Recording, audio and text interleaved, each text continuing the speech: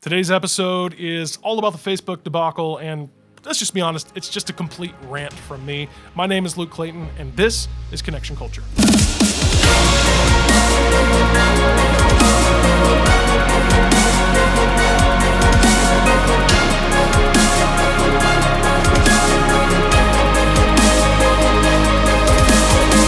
Welcome back to Connection Culture. Now, I have to say right off the bat that we're going to need your help in terms of liking and sharing this episode because we're talking about the latest issues, if you will, with Facebook. And of course, we have this content here on Facebook, and so no doubt Facebook is not going to like what we have to say. And so I encourage you, take a moment, like, share, and if you want to make sure that you're not missing an episode of Connection Culture, then head over to mustincrease.com/cc. That's mustincrease.com/C and the letter C, and sign up to get our weekly episodes delivered right to your email inbox. That's mustincrease.com/cc. One last plug in terms of how you get this content. I do want to encourage you as well to consider subscribing to the audio version. You know, we put the video version out on Facebook and YouTube, and Facebook is kind of the one, if you will, in the spotlight as of this week. However, last week, YouTube made news because they are taking another step in the way they suppress content about vaccines and the COVID-19 pandemic and so forth. But all of this is really just more evidence that these larger platforms, tech platforms, particularly when it comes to content sharing and social media, they are going to continue to take steps to suppress certain types of content. That's the beauty of audio podcasts. See, with audio podcast, there are some very popular platforms that are used to distribute the audio content. However, they are not, there's no one company, I should say, that's necessarily a monopoly, if you will. Kind of like if you want video content on the internet, I mean, you have to at least try to use YouTube and Facebook because of how popular those platforms are. And again, the case of podcast on both the creation end, so in terms of where it's created or where it's uploaded and then distributed, on that end, it's diversified. Again, there's no one platform that has kind of full control. There's not one or two. And yes, there are, there's bigger platforms than others. But at the end of the day, if the particular podcast host that we use decides to, suppress our content or whatever, we actually can very easily transfer to another host. That's the beauty, again, of the podcast world in terms of hosting. And then also in terms of how you are listening to it, you're listening through maybe Apple Podcast, which is going to be the most popular. Spotify is a very popular platform, but there's also many other of these apps and distribution platforms where you can receive the audio, smaller platforms. Like, for example, I use one called Overcast. There's other ones out there that are, again, they are smaller, kind of more independent. And so all that to say, podcast, which I recently did a episode on why you should be consuming more podcast and audio content, but the platform of podcasting in general is really, really conducive, if you will, to having maybe a more broad spectrum of content and being much, much less likely. In fact, I don't want to say impossible because in the world of tech, it seems like anything is possible, but much less likely to have your content, suppressed and whatnot. So be sure to look up our audio podcast of Connection Culture on, again, Apple Podcasts, Spotify, wherever you happen to listen or want to try to listen to podcasts. So I had to get that out of the way right here. Now, what are we talking about today when it comes to Facebook? Well, what's not to talk about with Facebook right now? So Facebook has just not had the greatest of success in terms of PR over these past several weeks. There's been a series of articles released about unfavorable findings and things about Facebook. I'm not going to dive in all the details. Most recently, in terms of bad PR was a former employee of Facebook, came out and they revealed who she was, and on a 60-minute special talked about all the kind of gave a bunch of the dirt, if you will, on Facebook. I did go and listen to that interview. It was interesting. However, it's not, though what she said was certainly disturbing. The suggestion by the mainstream media and by this whistleblower in particular of how to curb it is not necessarily a great idea, and more on that here in just a moment.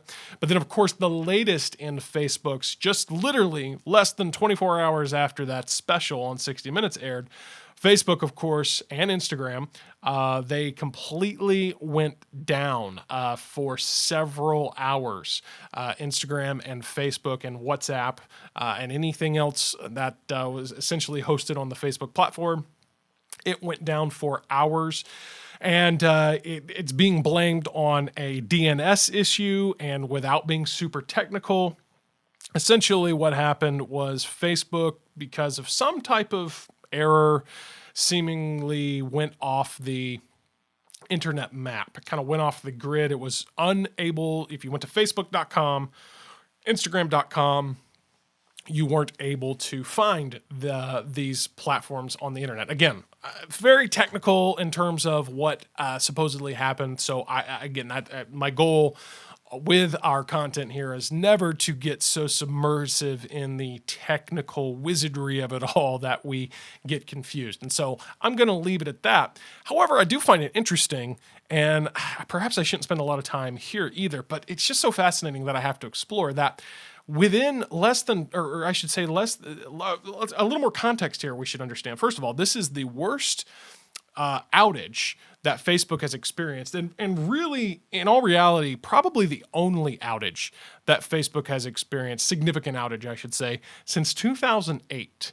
So what's that, like 13 years since, 13 years since an outage. And in 2008, Facebook was nothing. I mean, yes, it was gaining popularity. It was up and coming. It's nothing like it is today. It wasn't even a publicly traded company. Now Facebook is a $1 trillion company. It was nowhere close to that. Again, not even publicly traded in 2008. So obviously their whole kind of infrastructure was very much inferior to what it is now. You know, you're a $1 trillion company. You're traded on the public market. You have what is it, like 3.5 billion active users worldwide, and you are again, they definitely have the technology, if you will. Their technology, their infrastructure is much more robust than it was back then in 2008. Yet nonetheless, it went down for hours. Again, not just like it was down for a few minutes, but for a few hours. So, and again, more context here. They say that for every hour Facebook was down, it represented about $160 million of potential revenue lost by businesses that use Facebook for advertising. So you can't scroll 3 posts on Facebook without seeing an ad. Well, those companies that buy those ads, well, obviously they buy them because they work. They get conversions, they get sales, they get leads and contacts. And Facebook marketing is a very, very powerful tool for businesses and companies and organizations really of any kind. And so because of that, they said because of that loss of ad time, if you will, $160 million an hour was lost for these companies. And Mark Zuckerberg's, if I remember the information correctly, the article I was reading, Mark Zuckerberg's net worth actually took a $7 billion dip as a result of the outage. Facebook had its worst losses, one-day loss of the year. I believe it lost about $18 a share. And so really a financial fiasco for Facebook and others as well. So these are all what I'm giving. I'm just trying to give you some context here of just how really not good this was, and just how drastic, I should say, this was. Because to be honest, I don't use Facebook and Instagram on an hourly basis. I treat Facebook and Instagram like I do an email inbox. I check it once a day, and usually that's at the end of the day, and it was back up and going by the end of the day. So I actually didn't even notice, didn't even hear about it until it was till just shortly before it actually came back online. And so this was something that for me didn't personally affect me. At this time, I'm not running any type of ad, so I wasn't one of those businesses suffering from potential revenue necessarily. And so maybe you feel the same way. And if you did, congratulations, by the way. Let me just take a moment to say that. Congratulations. If the Instagram and Facebook outage did not affect you, if you, in other words, if you didn't even realize what was going on until, maybe much, much later, hours after the outage, congratulations. Because you know what that means? That means you can at least stay off Facebook and Instagram long enough to where you don't notice as soon as your feed's not loading or something goes wrong. So good for you. Well done. Seriously, I don't want you to detect any sarcasm here because I really am genuine in that. I am very, very proud of you. And you just clearly are not addicted, or at least you can go a few hours without Facebook or Instagram. So awesome. Well done there. But for most people, no, it was pretty noticeable. In fact, within, I would say, minutes of this outage, people began to notice, and Twitter actually instead got flooded. Because, of course, if you can't get on Instagram, Facebook, the two most popular social media networks, can't get on number one, number two, then you're just going to have to deal with number three, at least for the day. And that's exactly what happened. People got all over Twitter talking about the Facebook outage and all that. So, anyways, sorry, getting back to my thought. Yes, I know, taking a kind of a long time to get there because I want us to fully understand the context of this was a really bad outage. And I'm certainly not going to go as far, and this is where Facebook's going to shut me down because misinformation, But hey, it's not about the vaccines, so we're good. Although I just said that word, so now it's tagged. So okay, whatever. So here's where it all goes down. Here's where Facebook shuts down this video. Very interesting to me that again the timing. So this report, this whistleblower report. So just so you know what's going to result, what's coming as a result of this, is now this whistleblower who was just featured on 60 Minutes, has been summoned to testify in front of Congress. And so now Congress is really going to crack down on Facebook. And again, this isn't necessarily, in fact, this is not a good thing at all. And I have to take things one thing at a time. So again, we're getting there. However, the fact that it happened, it's what you would call a really horrible thing for Facebook's public image to a company whose public image already wasn't doing so well based on its recent track record. A lot of stuff, again, has come out in the past months, the past years about privacy and issues with data security and breaches and the effect of social media on children and teenagers. A lot of this has been coming out now for a while. And so, again, but this 60 Minutes thing is kind of, I don't know, maybe it kind of seems like it's all coming to a head, if you will. And yeah, not even 24 hours, boom, Facebook goes down. Well, here's a couple things that were happening. First of all, Facebook was using, or Facebook, if you will, was being used, at least for a time there, to bash Facebook. So no doubt people are going on Facebook and they're saying, hey, did everybody see the 60 Minutes thing about Facebook last night? How awful. What a horrible, horrible company. I hate Facebook. Yeah, that's happening.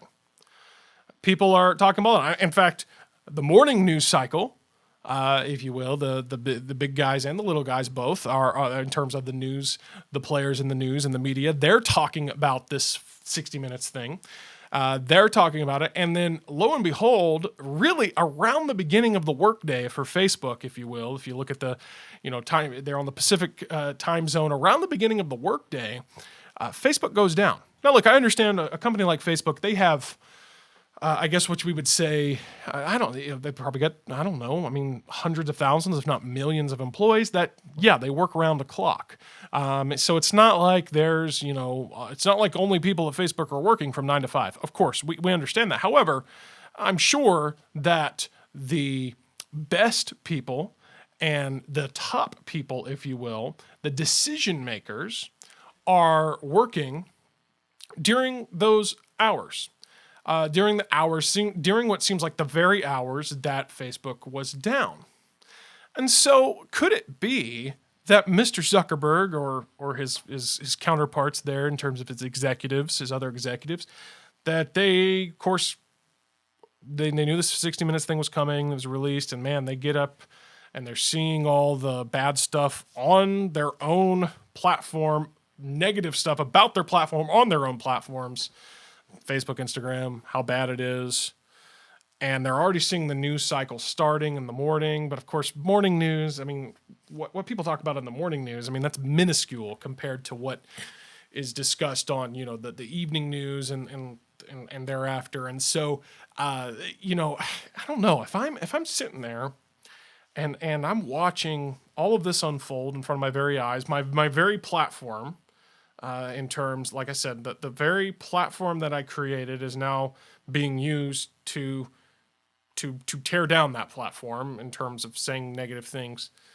And man, I'm watching the news cycle unfold, and I've got this off switch over here, and I can just shut it all down. Do you think they would shut it down? I have to say, this is all conjecture. This is all speculative. But I'm not the only one who thinks that this could have played into it. Anyways, I just find it all very, very interesting that the timing, if you will, it's impeccable. Now, yeah, was it I mean, you know, Facebook's going to come out and say, hey, you know, we lost $7 billion plus, or Zuckerberg, you know, he lost $7 billion plus. Of course, we didn't want this to happen, but look at this. Facebook's $1 trillion company. Mark Zuckerberg is worth $100 billion, give or take. The guy can afford to lose $7 billion. The company, the $1 trillion company, can afford the $7 billion loss. It's a drop in the bucket. Now, yeah, the $160 million lost to other businesses because of that. But you know what? At the end of the day, does it really matter?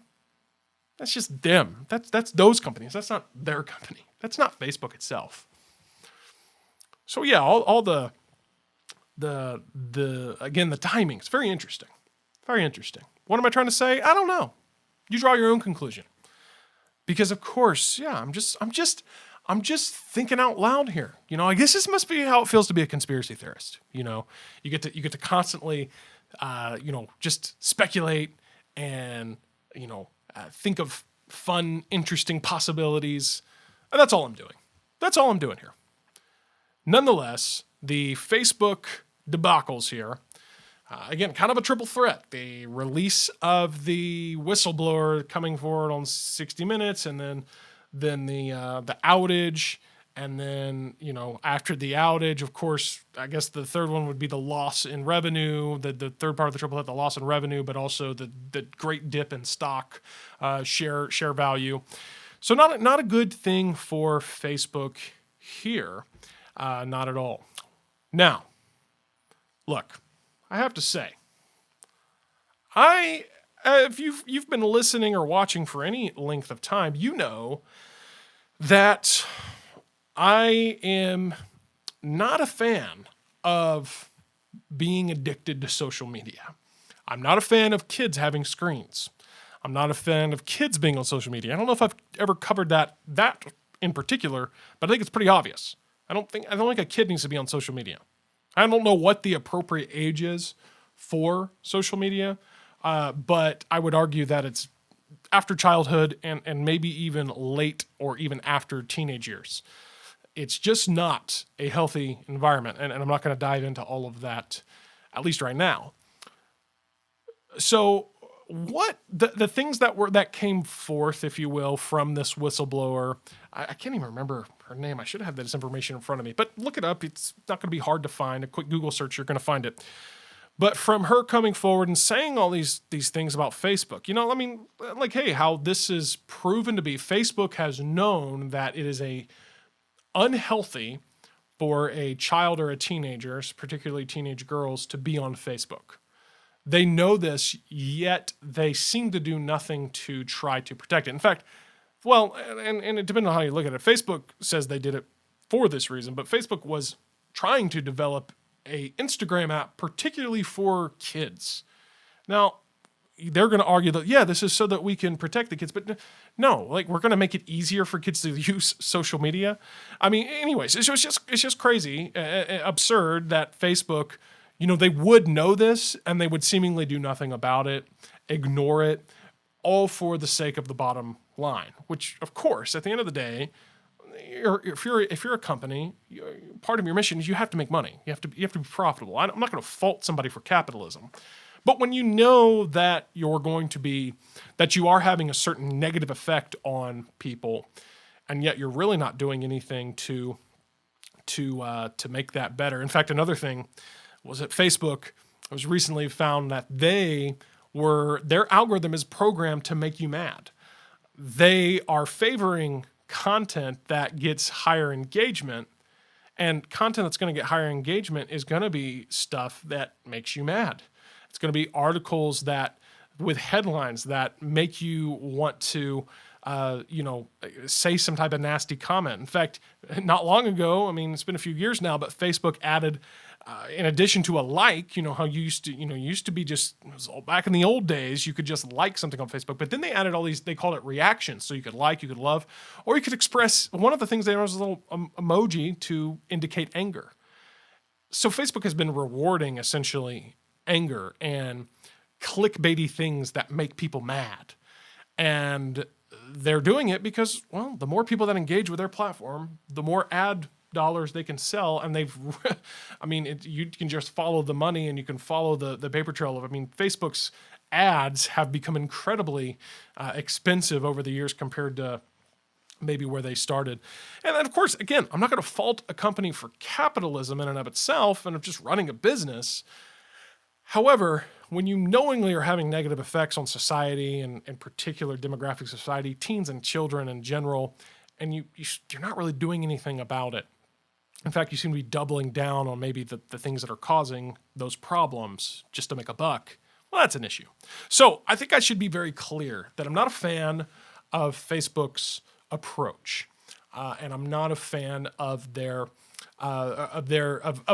approach in this way about how they are, like, again, just trying to make people mad or favoring content that makes people mad and not doing anything to help our society and help this. Whatever. They would argue that they are. And so this is where I'm actually going to play a little devil's advocate. On the other end, we are dealing with social media. What comprises social media, a social network, as it was originally called? It's still a term for it, but not used as often. Originally, the term that was more commonly used was social network. Well, what does that mean? Well, it's a digital network that is social. And so that implies that it involves individuals and people. And that has been the whole premise of Facebook and every social platform out there, is that you, as the user, can get onto the platform and you can share your thoughts, share your photos, whatever. Look, and honestly, that's a really cool thing. It has some really awesome potential to share content like this. Again, if the video hasn't been shut down yet, at least on Facebook. But it's a really awesome, has some really great potential to be really positive. But of course, it's very quickly been taken and in many applications been used in a negative and toxic way. However, we can point the finger at Facebook for maybe how they have maybe turned a blind eye to certain issues or ignored them for, again, the sake of their bottom line, or, again, rework their algorithms to maybe reward outrage. But at the end of the day, social media is nothing more than a place where we all come to share our own individual thoughts, ideas, and opinions. Facebook is not forcing someone to say something that makes another person upset. They're not forcing the teenage girl to bully the other teenage girl. They're not forcing the racist person to get on there and say something racist, or the conspiracy theorist to get on there and share false information. No, we individually are doing that. Now, I'm sure if I'm talking to you, if I think about you in particular, I'm sure that you're not one of these crazy people. I'm not accusing anybody of that. I'm sure you're just normal. I hope you are. Again, I hope you were one of the people that didn't realize that Facebook went down in the first place. So again, good for you if that was you. But what I'm getting at is we cannot hold Facebook completely responsible for these shortcomings. No, we have to hold ourselves responsible. And that is the whole issue now with, well, it's not just current. I mean, it's been going on for really as long as mankind has been in existence. Mankind has always somehow looked for a way to do whatever they want and only hold others responsible for what they do. They blame their environments and their upbringing, and in this case, their social media platforms for making them be awful people. But the truth is that we are each individually responsible for what we post and how we react to content that we see on social media. It's your job to use discernment when you see an article come across your feed that may or may not be true. That might be just some clickbait article to get you to tap on it and hit that angry face icon and share it and make that comment, but I can't believe this. No, it's your job to use discernment to realize, first of all, is it true or not? And secondly, if it's true, okay, well, is it really? And is it being exaggerated?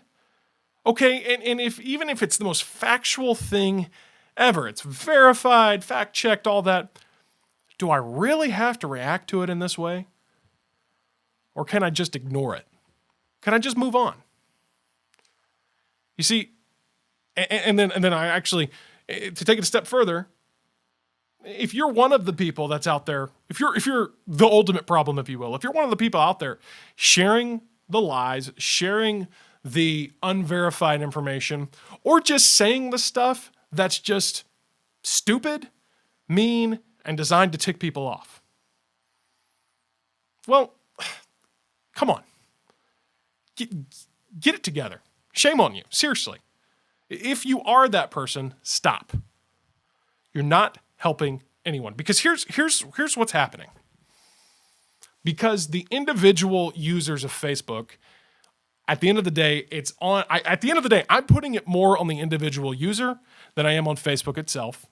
Even though, I'm not going to hold Facebook completely unresponsible, but I'm going to put it on the end user, the people posting and reacting to this stupid, clickbaity and outrage content.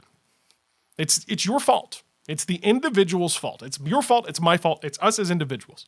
If we post that, if we react to it, if we indulge that, it's our fault. And the only people who can really change it is me. We have to determine that, first of all, we're not going to waste our lives in front of a screen, that Facebook can have an hours-long outage. Side note, I kind of wish it would have lasted longer. Somebody told me, they said, oh, hey, did you hear Facebook's down? I said, really? How long has it been? Yes, but now for hours. I said, man, I hope it happens for days. I mean, yeah, that's actually what I said.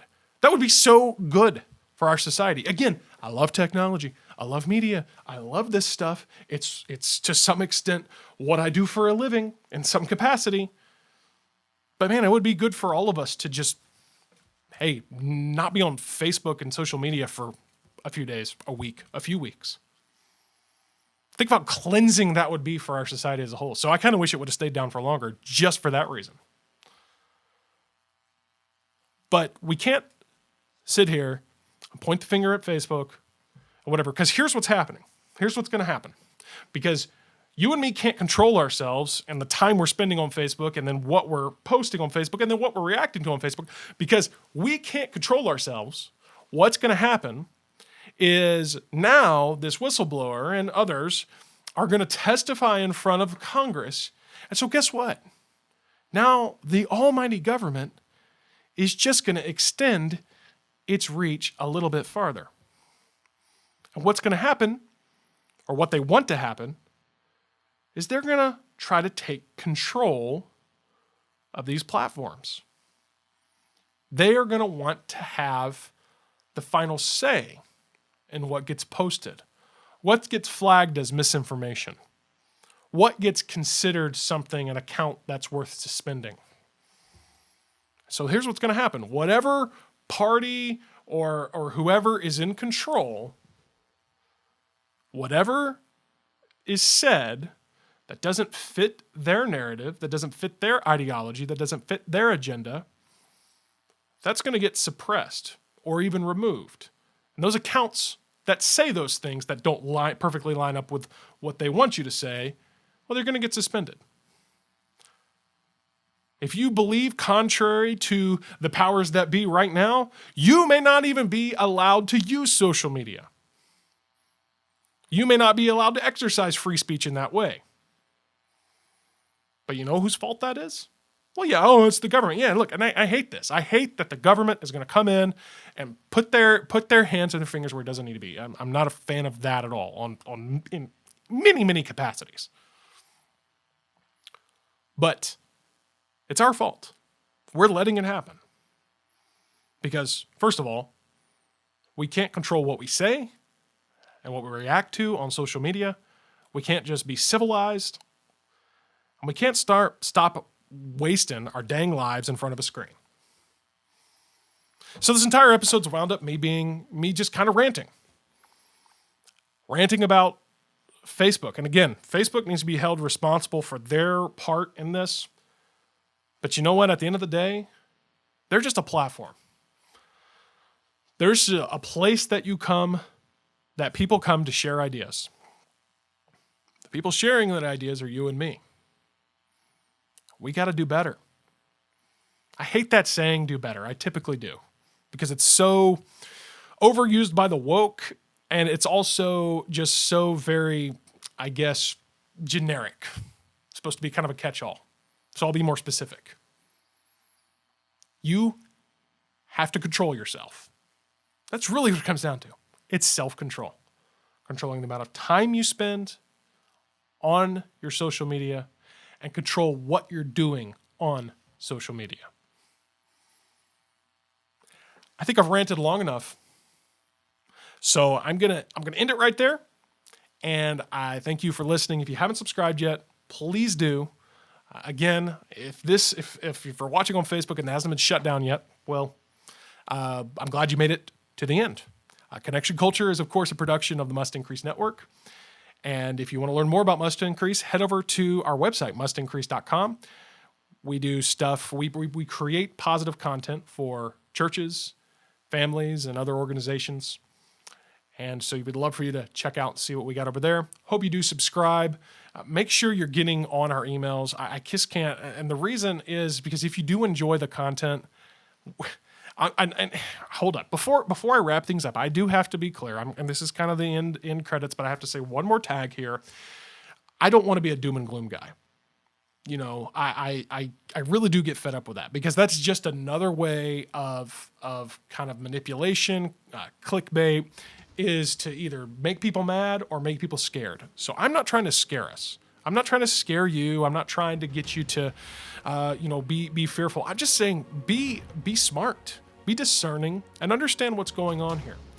Understand that that there are a lot of people at fault here, and you and me technically are one of those people.